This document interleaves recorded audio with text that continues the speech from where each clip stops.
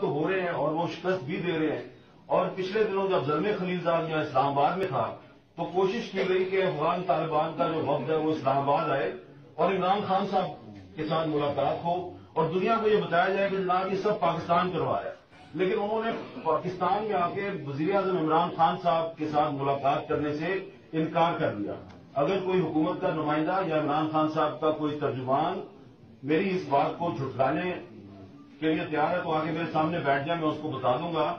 کہ یہ خواہش جو ہے یہ کہاں پہ اس کا اظہار کیا گیا تھا، کس نے اس کو عملی جامہ پہنانے کی کوشش کی اور طالبان کے کن لیڈروں نے کہا جناب کہ ہم آپ کے ساتھ بیٹھنے کے لیے اس لیے تیار نہیں ہیں کہ اس سے آپ کو بھی نقصان ہے اور ہمیں بھی نقصان ہے۔ تو اس کے باوجود مذاکرات ہو رہے ہیں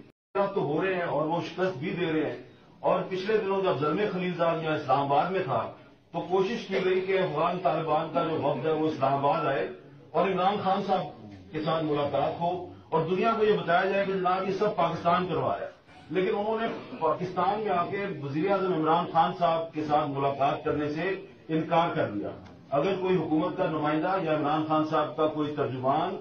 میری اس بات کو جھٹلانے کے لیے تیار ہے تو آگے میرے سامنے بیٹھ جائے، میں اس کو بتا دوں گا